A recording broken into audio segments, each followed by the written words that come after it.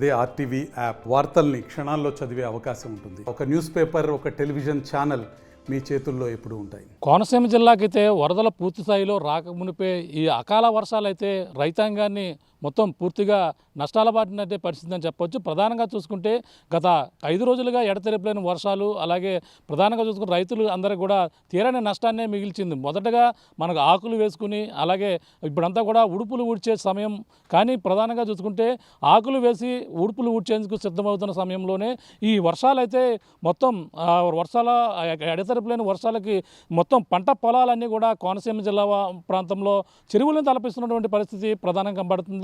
ప్రస్తుతం మనం చూస్తున్నటువంటి ప్రాంతం ముమ్మడివరం నియోజకవర్గంలో ఉన్నటువంటి ఈ యొక్క పంట పొలాలు ఏ విధంగా ఉన్నాయో, అంటే ఇంకా వరద పూర్తి స్థాయిలో గోదావరి ఇప్పుడిప్పుడే పూర్తిగా అక్కడ ధవళేశ్వరం వద్ద అయితే నీటి మట్టం పెరుగుతుంది. అలాగే క్రమం గంట గంటకు పెరుగుతూ ఈ కోనసీమ వైపు అయితే పరుగులు తీస్తున్నటువంటి పరిస్థితి. ప్రధానంగా అక్కడి నుంచి చూసుకుంటే ధవళేశ్వరం నుంచి ఏదైతే నదులు ఉన్నాయో అలాగే అన్నీ కూడా ఉప్పొంగి ప్రవహిస్తున్నాయి. వశిష్ట, వైనతేయ, గోదావరి, వృద్ధ గౌతమి ఇవన్నీ కూడా పూర్తిగా ఇప్పుడిప్పుడే క్రమంకి గంట గంటకు పెరుగుతున్నటువంటి పరిస్థితి ఉంది. అలాగే కోనసీమ జిల్లాలో గత ఎడతెరిపిలేని వర్షాలు పూర్తి స్థాయిలో మొత్తం రైతాంగాన్ని ఈ విధంగా ముంచెత్తిందని చెప్పొచ్చు. మన కనుచూపు మేరలో చూసుకుంటే అన్నీ కూడా చెరువుల్ని తలపిస్తున్నాయి. కానీ ఇవన్నీ కూడా పంట పొలాలు, కొన్ని అయితే ఊడ్చినటువంటి దశలో ఉన్నాయి, కొన్ని ఇంకా ఊడ్చకుండా మరో పక్కన ఆకులు సిద్ధం చేసుకున్నటువంటి పరిస్థితి. ఆ రైతాంగం అయితే మొత్తం ఈ విధంగా నష్టపోయినటువంటి పరిస్థితి ప్రధానంగా ఉంది. ప్రస్తుతం ఇక్కడ ఉన్నటువంటి రైతుల్ని మనం మాట్లాడే ప్రయత్నం చేద్దాం. ఇక్కడ ఏ విధంగా ఎన్ని ఎకరాల్లో పంటలు పండించారు, అసలు ఇంకా గోదావరి ఇంకా పూర్తిగా మునగకుండానే వీళ్ళని ఏ విధంగా నష్టాల బారిన పెట్టిందో అడిగి తెలుసుకునే ప్రయత్నం చేద్దాం. చెప్పండి, మీరు ఇక్కడ ఈ ఏరియాలో ఎన్ని ఎకరాల్లో ఇప్పుడు అంతా కూడా గోదావరి ఇంకా పూర్తి స్థాయిలో వరదలు రాలేదు, అక్కడ ప్రధానంగా వరదలు రాకుండానే అప్పుడే నష్టాల బారిన పడ్డారు, ఎలా చూడాలంటారు? ఇప్పుడు ఉండే ముమ్మడివరం మండలం అయినాపురం గ్రామం నేను మెండు గోవిందరావు అండి. ఇప్పుడు అయినాపురం గ్రామంలో నారు కొద్దిగా ఊడ్చామండి. ఊడ్చినప్పటికి ఇది నష్టపరిహారం ఎంత నిరుడైతే ఇప్పుడు కొంచెం ఇదివరకు అలాగే ఇలాగ నిరుడు సంవత్సరం ఊడ్చలేదండి, నిరుడు వరద రాలేదని. ఈ సంవత్సరం అయితే ఊడ్చామండి. ఊడ్చినప్పటికీ వరద ఇలా మళ్ళీ పోసినప్పటికే వరద వచ్చేసిందండి. మాకు ఎకరానికి వచ్చి 15,000 చొప్పున నష్టం ఇప్పటికే వచ్చిందండి. ఇప్పుడు ఇలాగే ఊడస కిందనే ఇంత నష్టం వచ్చేసిందండి. ఊడిసినా ఇంకా మాకేమి దక్కిది లేదండి. మా ఇదివరకు అయితే మేము ఇన్క్లూడ్ సబ్సిడీ అని రైతుకి నష్టపరిహారం అన్నది ఉండేదండి. ఇప్పుడు అసలు అటువంటిది ఇప్పుడు ఏమీ లేదండి. ఇప్పటికి విత్తనాలకు కూడా సబ్సిడీ మీద కూడా విత్తనాలు ఇవ్వలేదండి. ఇప్పుడు ఇవన్నీ కూడా చెరువులు తలపిస్తున్నాయి. ఇది కేవలం వరదకు సంబంధించిన నీరు అనుకోవాలి, వర్షాల నుంచి వచ్చినటువంటి వాటరా, లేదంటే డ్రైనేజ్ వల్ల ఇది అయిందంట? వరదకు సంబంధించిందండి. ఎందుకంటే వర్షాలు గట్టిగా కురిసేయండి, ఎక్కడికెక్కడ డ్రైనేజీ మూత వేసేయడం వల్ల ఈ ముంపు నీరు అంతా ట్రాక్ అయిపోయండి. మన రైతుని ఇబ్బంది పెడుతుందండి, శుభ్రంగా ఇబ్బంది. అదే గంగరాయి కోడి అండి, మన ఎరిమల్ నక్కల కాలం అండి.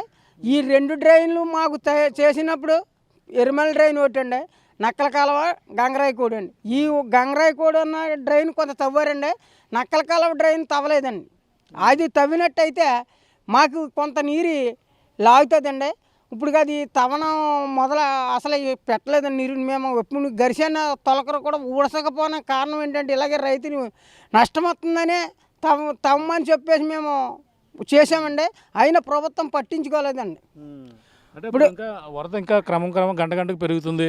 ఇప్పుడు వర్షపు నీరు ఈ విధంగా మునిగిపోతే వరద వస్తే ఇంకా ఏ విధంగా ఉంటుందండి? ఇంకా మునిగిపోతుందండి. ఇప్పుడు ఇంకా ఈ వర్షం నీరుకే ఇంత ఎలా ఉన్నదండి.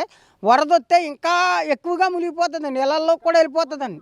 ఇప్పుడు అంటే ఓళ్ళు వర్షానికే మాకింత ఇదైపోయిందండి. ఇప్పుడు వరద విపరీతం పెరుగుతుంది కదండి, పెరిగి దాని మీద మాకు ఇళ్లలో కూడా వెళ్ళిపోతుందండి. మా అయినాపురం గ్రామంలో ప్రస్తుతం ఆకులు అలాగే ఉడుపు దశలోనే మొత్తం పంట పొలాలు ఉన్నాయి. ఉడుపు దశలో ఉన్నాయండి. ఇదిగోండి ఒక మళ్ళీ ఉన్నాయండి. కొంతమంది ఊడ్చామండి. ఉడిసిన దమ్ము చేసి ఉడిసిన రైతులు ఒక్కొక్కరికి 15,000 అయ్యిందండి ఎకరానికి. ఆకుమళ్ళు కొంతమంది దమ్ములు మొత్తం అందరూ దమ్ములు చేసి వేసేసారండి. అందరూ నారులు వేసారండి. నారులు వేసి 15,000 పెట్టుబడి ఎట్టుకుని ఇప్పుడు ఉన్నారండి రైతులు. ఇలా మునిగిపోయిందండి. ఎన్ని ఎకరాలు వేసారు మీరు? ఎన్ని ఎకరాల పంట పండించారు? మేము 5 ఎకరాలండి. నేనైతే 5 ఎకరాలు వేసానండి. 5 ఎకరాలు మడేసి ఓ 2 ఎకరాలు ఊడిశానండి. మళ్ళీ ముంపు వచ్చేసిందండి. ఇవేమో ఊడిద్దామని ఆకు గట్ట సేలేసినప్పటికీ వరద వచ్చేసిందండి, మునిగిపోయిందండి. అదే చెప్పండి, మీరు చెప్పండి. ఏంటి మీరు ఎన్ని నెలల బట్టి ఎన్ని ఎకరాల్లో మీరు పంట వేశారు? మేమైతే సార్ మేము 3 ఎకరాలు ఊడిసాం సార్. 3 ఎకరాలు ఊడిసితే ముమ్మడివరం మండలం సార్, అయినాపురం గ్రామం, మా సప్పుడువరం పాలెం సార్. అయితే సప్పుడువరం పాలెం అంటే మాది గ్రామం అక్కడ. అయితే మాకు మేము 3 సంవత్సరాల నుంచి ఊడిపు వస్తలేదు సార్. ఏంటంటే మాకు ఇన్పుట్ సబ్సిడీ ఉండలేదు, తర్వాత ఇవి ఉండలేదు, రుణమాఫీలు ఉండలేదు, ఏమి ఉండలేదు, కనీసం విత్తనాలు ఇచ్చుకునే పొజిషన్ కూడా లేదు సార్. దాని గురించి అని మాకు మెయిన్ కారణం ఏంటంటే సార్, ఇరమండల కాలువ సార్. తర్వాత మన నక్కవోలుపేటలో ఒక కాలువ ఉంది సార్, మురుగుడు దిగిది మన ఈ నక్కల కాలువ సార్. 3 డ్రైన్లు సార్ ఓపెన్ అయితే సార్ మాకు ఎప్పుడు కూడా వరద అనేది ఉండదు సార్. అమలాపురం మించి సార్ మెరకకాలం మించి పల్లం ప్రాంతానికి విడుదల చేయటం వల్ల మన ఈ సూరూపు గారు మమ్మల్ని ఈ మురుపు మాత్రం ఎత్తేస్తుందండి. ఎప్పుడు కూడా మాకు నీరు అనేది అనిపించింది కాదు. ఆయన చేసింది ఆ డ్రైన్ ఎప్పుడైతే తవ్వారండి అయినాపురం గ్రామంలో, అప్పుడే 4 సంవత్సరాల నుంచి మేము తొలకరు ఉడతలేదు సార్. ఆ జాని 4 సంవత్సరాల నుంచి ఉడసకపోతే ఈ సంవత్సరం పోనీ ఊడితే బాగుంటుందేమో అనుకుని మేము ప్రారంభించాం. మేము 3 ఎకరాలు నార్మల్ వేసాం, ఊడిపూడిసాం సార్. మాకు ఎకరానికి 3,000, మాకు 1,500 దాటుతుంది, 15,000 సుమారు దాటుతుంది సార్. అని చెప్పాలంటే 20,000 అవుతుంది అనుకోండి, 15,000 మేము తక్కువ చెప్తున్నాం సార్. అందుకని మేము ఊడిసిన చేలని, విత్తనాలు వేసిన ఆకుమళ్ళని, దమ్ములు చేసి రెడీగా ఉన్నాయి సార్. మాది ప్రత్యేకించి 400 ఎకరం సార్ అయినాపురానికి. ఈ 400 ఎకరాల్లో 200 ఎకరం దాకా ఊడిపి అయిపోయింది సార్. 200 ఎకరం అలాగా ఆకుమళ్ళు నీరు ఎక్కిపోయి పాడైపోయినాయి సార్. దాని గురించి అని ప్రభుత్వం సార్ మమ్మల్ని ఆదుకోవాలని. నీరు తగ్గితే ఆకుమళ్ళు కానీ ఇప్పుడు ఉన్న ఊడ్చిన ఊడుపులు కానీ పనిచేస్తాయా మీకు? మాకు ఇంకా సారు మాకు ఈవేళ తీతడితే సారు 10 రోజుల దాకా నీరు అనేది దిగదు సార్. 10 రోజుల కంటే కష్టం సార్ ఇది. మా ఎగసేలు అయితే ఆకుమళ్ళు అయితే మాకు నమ్మకం లేదు. 10 రోజుల దాకా మురుగుడు దిగుతానే ఉంటుంది. కానీ ఇప్పటి నుంచి మళ్ళీ వరద ఎత్తుకుని సార్, ఇప్పుడు ముంపుడు వర్షాలకు ఇప్పుడు మునిగిపోయి ఇప్పుడు వరద నీరేం ప్రవహిస్తుందండి సార్. అంటే ఇప్పుడు మనం ఎన్ని రోజులు పడుతుందో తెలుసు సార్ మేము చెప్పడానికి కూడా. దాని గురించి అని మేము ప్రభుత్వం అనేది మాత్రం మమ్మల్ని ఆదుకోవాలని మేము కోరుతున్నాం సార్. ఇది చూస్తున్నాం. చెప్పండి, మీరు ఏ విధంగా నష్టపోయి ఎన్ని ఎకరాల్లో పంట పండించారు? నేను అయితే 3 ఎకరాలు ఉడుతున్నాయండి. అయినాపురం, రామారావుపేట, ఈదుల చెరువు, నేను 3 ఎకరాలు ఉడుతున్నాయండి. పొలం అయితే ఉడి చేసాం, మునిగిపోయిందండి మొత్తం. గట్లు మునిగిపోయి ఇవాళ గంటకే పెట్టాం, పొద్దుట గంటకే పెట్టి వచ్చేది. అది మొత్తం నీరు దిగాలంటే ఇప్పుడు వచ్చేటికి ఇప్పుడు ముంపు నీరు వల్లే మునిగిపోయింది. ఇప్పుడు భద్రాచలం ఏమన్నా తగ్గుముఖం పట్టింది అనుకోండి, ఇంకా రేజ్ అయిపోతుంది. వర్షాలు బాగా పైన ఎక్కువ కొట్టడం వల్ల తగ్గుముఖం పట్టింది అనుకోండి పెరిగిపోతుంది. ఇది మామూలు పెంచడానికి ముంపు నీరు వల్ల ఈ వరద, ఆ వర్షం అది భద్రాచలం తగ్గిందంటే ఇది రేజ్ అయిపోద్దండి. ఇంకా 10 రోజులు 15 రోజుల దాకా తగ్గే విధానం ఏమి లేదు. మేమైతే వ్యవసాయం మేము ఊడ్చేసానండి, నేను ఊడ్చేసాను.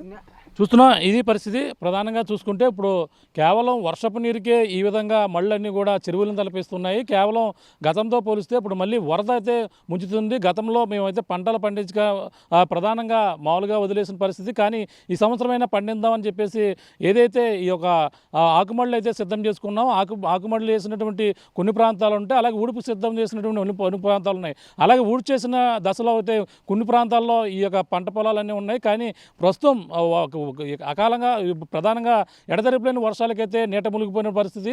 అంతేకాకుండా డ్రైన్ల వ్యవస్థ అయితే అస్తవ్యస్తగా ఉంది. పూడికి తీయకపోవడంతోనే ఎక్కడ నీరు అక్కడే నిలిచిపోవడం, వర్షపు నీరు అయితే ఈ విధంగా ఉంది. ఇంకా మరి 2 రోజుల్లో ఇంకా గోదావరి అక్కడ భద్రాచలం ద్వారా అయితే పెరుగుతూ వస్తుంది. పక్కన ధవళేశ్వరం నుంచి అయితే దిగువకి ఈ యొక్క కోనసీమ జిల్లా వాసి కిందకైతే వదులుతున్నారు. ఈ నేపథ్యంలో మరి కొన్ని రోజుల్లో వరద అక్కడ ఇంకా తగ్గుముఖం పడితే ఇక్కడ వరద అయితే పెరిగే అవకాశం ఉంది. ఈ నేపథ్యంలో ఇవన్నీ కూడా తీవ్రం. ఇప్పటికే 15,000, 40,000 వరకు కూడా పెట్టుబడి పెట్టినటువంటి వరి పంట పొలాలు అయితే పూర్తిగా ఈ యొక్క ప్రస్తుతం వర్షపు నీటిలోనే వరద ముప్పులు మూరుకుపోయి ఉన్నాయి. కానీ ఈ యొక్క వరద వస్తే ఇంకా మరింత తీవ్రస్థాయి వస్తుంది. ఈ యొక్క నీరు తగ్గిన తర్వాత కూడా ఈ యొక్క ఆకుమళ్ళు కావచ్చు, ఇప్పుడు ఊడ్చినటువంటి వరి చేనులు కావచ్చు, అవి పని చేస్తాయో లేదో కూడా తెలియని పరిస్థితిలో ఉంది. మళ్ళీ తర్వాత ఏం చేయాలి అంటే మళ్ళీ ఆకుమళ్ళు వేయాలన్నా ఇప్పుడు సిద్ధం కాని పరిస్థితి. మళ్ళీ ఇవన్నీ కూడా ఏ విధంగా చేయాలనేది కూడా రైతు అయితే మా ప్రారంభంలోనే రైతుకైతే ఈ ఒక వర్షాలు అయితే తీవ్ర దెబ్బ కొట్టాయని మనం ప్రధానంగా చెప్పొచ్చు. అలాగే అయితే అతివృష్టి లేదా అనావృష్టిగా మొత్తం కోనసీమ జిల్లా వాసులకైతే ఈ యొక్క వర్షాలు వరదలు కూడా ఈ విధంగా కోలుకోవాలని దెబ్బ కొడుతుందని మనం ప్రధానంగా చెప్పొచ్చు. వీళ్ళందరూ కూడా ఒకటే కోరుతున్నారు, ప్రధానంగా డ్రైన్లన్నీ కూడా పుడుకులు తీస్తేనే ఈ యొక్క వర్షపు నీరు పోతుంది. ఎప్పుడు గోదావరి వచ్చినా ఎప్పుడు నీరు అప్పుడు బయటకు పోతుంటుంది. కానీ ఈ డ్రైన్లు తీయక ఎక్కడ కాలువలు అక్కడ లాకడిపోయి ఉండడంతోనే ఈ యొక్క పంట పొలాలన్నీ కూడా ఈ విధంగా నీట మునిగినటువంటి పరిస్థితి ప్రధానంగా. ఇవన్నీ కూడా తీసి మమ్మల్ని కూడా ఆదుకోవాలంటూ, అలాగే రైతుని అన్ని విధాలుగా ఆదుకోవాలి. ఒకవేళ పంటలు పండి అంతా బాగున్న సమయంలో మళ్ళీ వరదలు వర్షాల తుఫానులతో అప్పుడు తడిసిపోతాయి. ఈ విధంగా రైతాంగాన్ని కూడా తీరని నష్టాన్ని ఈ యొక్క వర్షాలు కావచ్చు, వరదలు కావచ్చు, కోనసీమ జిల్లా రైతాంగాన్ని పూర్తిగా నష్టాల బారిన పడుతుందని మనం ప్రధానంగా చెప్పొచ్చు. ఇది కూడా ఉన్న తాజా పరిస్థితి. కెమెరా రాముతో ప్రకాష్, RTV, ముమ్మడివరం నుంచి. మరిన్ని వీడియోస్ కోసం ఛానల్ ని సబ్స్క్రైబ్ చేయండి. లేటెస్ట్ అప్డేట్స్ కోసం వాట్సాప్ ఛానల్ ని ఫాలో చేయండి. అండ్ లింక్ డిస్క్రిప్షన్ లో ఉంది.